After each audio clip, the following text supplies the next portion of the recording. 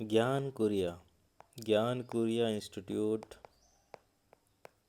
Start कर रहा है बैक टू स्कूल प्रोग्राम।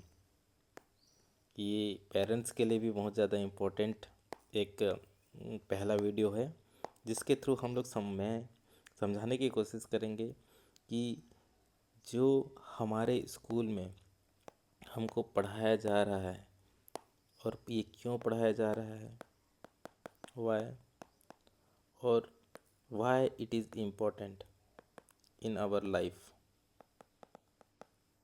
तो ये जो बैक टू स्कूल प्रोग्राम है, बच्चे के लिए तो है ही, स्टूडेंट पेरेंट्स भी अगर चाहते हैं तो इसको देख सकते हैं, जिसके थ्रू क्या होगा कि वो अपने बच्चे को, अपने बॉयज़ और गर्ल्स, अपने चिल्ड्रंस को एक अच्छा तरीके से माहौल दे सकते हैं कि हम जो पढ़ रहे हैं क्यों पढ़ रहे हैं और इससे क्या फ़ायदा होगा। आपको, मुझे पता है कि आपके बच्चे बहुत अच्छे अच्छे स्कूल में पढ़ रहे हैं, जो जो कि अच्छे मार्क्स के लिए पूरे compete कर रहे हैं। लेकिन हमें ये भी देखना है कि ये जो स्कूल में पढ़ाई क्या नेशनल एजुकेशन पॉलिसी के हिसाब से हो रहा है, या फिर से वही पद्धति जो रट्टा मारने वाला है, या फिर फैक्ट को रिमेंबर करा रहे हैं और बार बार रिप्रोड्यूस करने की बात किया जा रहा है। क्योंकि एज चेंज हो गया है, एआई बेस्ड एजुकेशन सिस्टम, ये एआई का एरा है, और लोगों में अगर जिसके पास इमेजिनेशन होगा वो बहुत अच्छा सफल व्यक्तित्व बनेगा। तो देखते हैं कि हम पढ़ेंगे क्या और कैसे पढ़ेंगे। स्कूल में जो एनसीईआरटी की पुस्तक को कैसे करके देखेंगे। तो हम सबसे पहले हम लोग जाते हैं कि एनसीईआरटी में और न्यू एजुकेशन पॉलिसी में हमको पढ़ाना कैसे चाहता है, उसके बिहाइंड रैशनल क्या है, क्यों हम सोशल साइंस पढ़ रहे हैं। आज मैं सोशल साइंस का बना रहा हूँ, कल मैं साइंस का और दूसरे सब्जेक्ट का भी बनाऊँगा, लेकिन हमारा पर्पस क्या है। तो पर्पस यहाँ पे हमको वेल डिफाइन कर दिया गया है कि जो पर्पस है हमारे एजुकेशन सिस्टम का, वो क्या करना है, डेवलप अ गुड ह्यूमन। तो पर्पस क्या है हमारा, गुड ह्यूमन को डेवलप करना है, जिसके पास कैपेबिलिटी हो, capable of rational thought and action. मतलब ऐसे व्यक्ति को डेवलप करने की कैपेसिटी जिसमें रैशनैलिटी है। रैशनैलिटी मतलब I think therefore I am. मतलब वो ऐसे व्यक्ति जो भविष्य में जाके जो भी निर्णय लें उसका खुद रिस्पॉन्सिबिलिटी लें, जो भी निर्णय करें उससे पहले सोचें समझें, अलग अलग डायमेंशन को देखें और उसके थ्रू आप एक्शन लें। तो वो कैसे होगा, जब हम लोग सोशल साइंस पढ़ेंगे, उसमें अलग अलग सब्जेक्ट पढ़ेंगे, उस अलग अलग सब्जेक्ट को आपस में जोड़ने की कोशिश करेंगे और एक अच्छा डिसीजन लेंगे, मैं आगे बताऊंगा। और उस व्यक्ति में क्या हो, कंपेशन हो, दूसरे के प्रति करुणा हो और इम्पैथी हो। तो कंपेशन और एम्पैथी हो, मतलब जब हम लोग समाज में देखते हैं तो हमेशा दिखता है ऊपर नीचे, उच्च नीच, कोई ज़्यादा इकोनॉमिकली वेल ऑफ है, कोई नहीं है। तो लेकिन आप जब डिसीजन लें या फिर लोगों के साथ रहें तो कंपेशन के साथ फील्ड और एम्पैथी के साथ जुड़े, आप में करेज हो, आपको लगता है कि कहीं गलत हो रहा है तो आप में बोलने की हिम्मत हो, आप में रेजिलियंस हो। अगर आप लड़ाई कर रहे हैं और आपको लगता है कि आप सही हो तो आप रेजिलियंट रहें। आपके अंदर साइंटिफिक टेम्पर हो, किसी की बातों पे नहीं आना है, आपको खुद देखना है किस टाइप से डाटा को लेना है, फैक्ट के लेना है, अलग अलग जगह जाना है, सोर्सेज को खोजना है और उस साइंटिफिक तरीके से ही कोई काम करना है।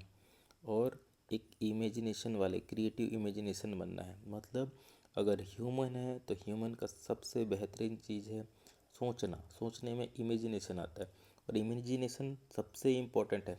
अल्बर्ट आइंस्टाइन ने भी कहा है, नॉलेज आपको ए से बी में ले जाएगी लेकिन इमेजिनेशन कहीं पे भी ले जाएगा।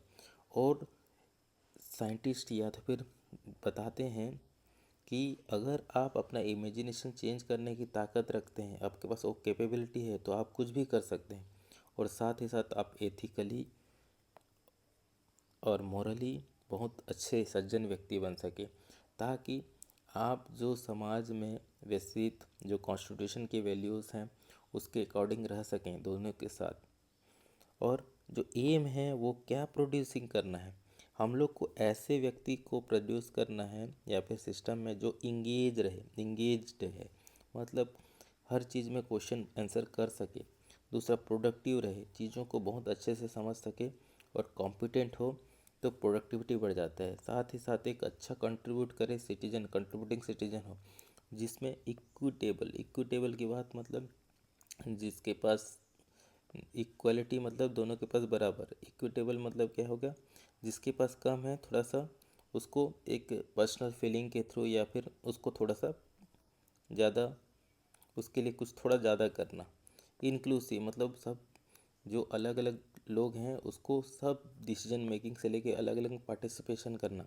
और ताकि और प्लूरल सोसाइटी में एक दूसरे को अलग अलग डाइवर्सिटी है, कल्चर है, रिलीजन है, कास्ट है, उसमें क्या है कि सबको के हिसाब से बात करना या फिर काम करना, जो कि हमारे कॉन्स्टिट्यूशन में लिखा गया है। तो बेसिक है हमारा क्या बोलते हैं न्यू एजुकेशन पॉलिसी में जो ऑब्जेक्टिव है।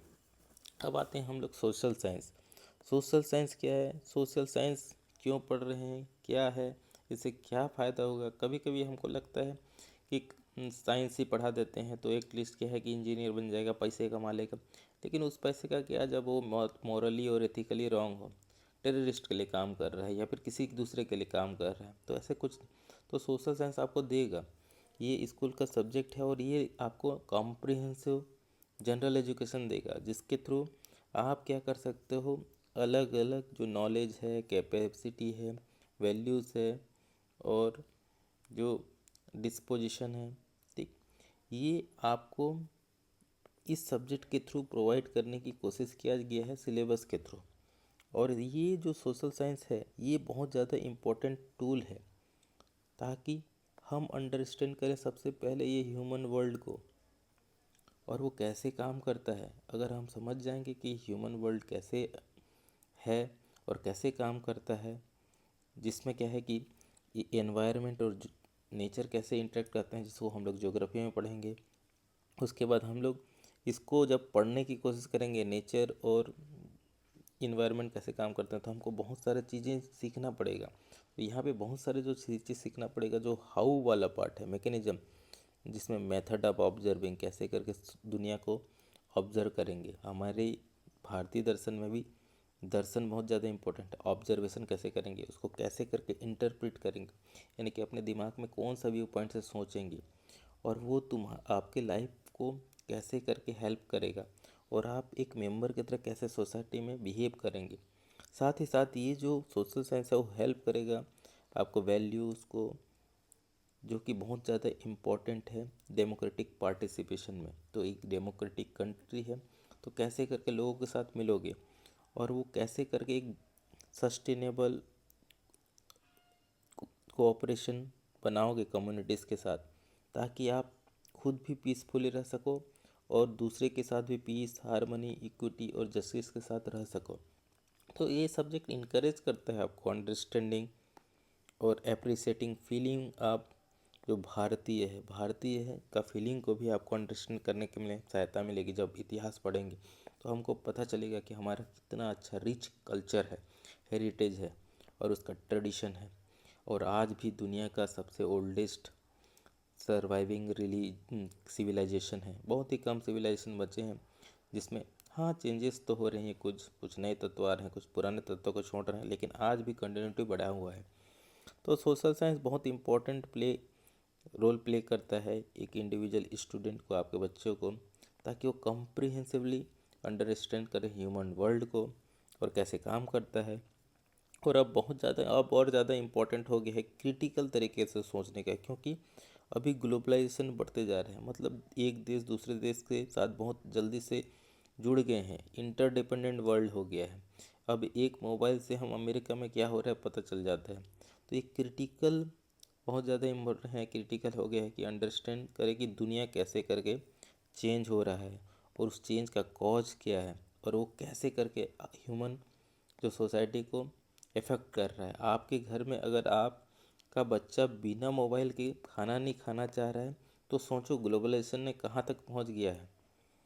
ये आज ये सब्जेक्ट आपको हेल्प करेगा कि इंटरडिपेंडेंस कितना ज़्यादा इंपॉर्टेंट है, कोलाबोरेशन क्यों ज़रूरी है, अप्रिशिएट करेगा diversity in human culture and society.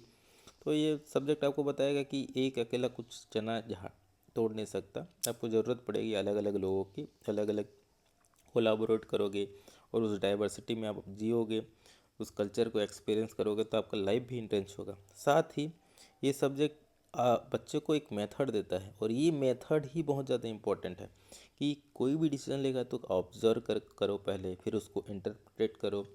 ठीक है, सोशल साइंटिस्ट के जो लेंसेज पे, ठीक है ना। उसके बाद आपको आपको इसके कारण कोर स्किल आपके पास आएगा कि आपके आसपास क्या हो रहा है समझने का। उसके बाद उसके पीछे का कारण क्या है जानने का। उसके उस कारण के पीछे कौन कौन सा फिनोमिना है, हिस्टोरिकल है कि ज्योग्राफिकल है कि सोशो पॉलिटिकल है, इकोनॉमिकल है। और उसके बाद उसको आप एविडेंस से क्वेश्चन पूछ के, आस्क करके, कनेक्शन बिल्डअप करके अपना खुद का एक व्यू पॉइंट बनाओगे जो कॉन्सेप्चुअल रहेगा। और ये जो चीज़ है ये बहुत इंपॉर्टेंट है, क्योंकि अगर आप ह्यूमन बीइंग हो, अगर आप थिंकिंग क्रिएचर बन जाओगे जैसे सोशल साइंस में पढ़ते हैं, तो आपका सबसे अच्छा एक व्यू पॉइंट रहेगा, आपका एक पर्सपेक्टिव रहेगा, आप एक स्टैंड ले सकते हैं। वो सही हो सकता है, गलत हो सकता है, ठीक है, राइट हो सकता है, रॉन्ग हो सकता है, लेकिन एज अ इंडिविजुअल आपने अपना पर्सनालिटी या फिर आपने अपना पर्सनालिटी या अपने आप को इतना कैपेबल बन गया है कि यस मुझे लगता है कि ये सही है और ये गलत है। और जैसे जितना ज़्यादा आप सही रहेंगे, कॉन्स्टिट्यूशन को फॉलो करेंगे, तो उतने ही अच्छे तरीके से आप एक रिस्पॉन्सिव सिटीजन बनेंगे। तो अंत में यही है, साइंस आपको क्या है, चीज़ों को समझने, हाउ का अंडरस्टैंडिंग देगा, लेकिन हाँ जो सोशल साइंस है वो आपको वाई का अंडरस्टैंडिंग देगा। तो ये सीरीज़ में आपको जो ज्ञान कुरिया जी के बैक टू स्कूल सीरीज़ में आपका बहुत बहुत स्वागत है। और इसमें हम लोग समझने की कोशिश करेंगे एनसीईआरटी पुस्तक को न्यू पर्सपेक्टिव में, और कैसे करके हम अपनी लाइफ में यूज़ कर सकते हैं। और साथ ही साथ ये तरीके से अगर आप अंडरस्टैंडिंग करेंगे तो आपका मार्क्स भी अच्छा आएगा। और भविष्य में भी अगर कॉम्पिटिटिव एग्ज़ाम अगर आपको फाइट करना है, जिसमें आईएएस हो गया, आईपीएस हो गया और किसी भी टाइप के, तो ये कॉम्पिटिटिव एग्ज़ाम के अनुरूप में बना रहा हूँ, तो ये आप जो नॉलेज है आपको काम आएगा ही। ठीक है, तो आप हमसे जुड़ने के लिए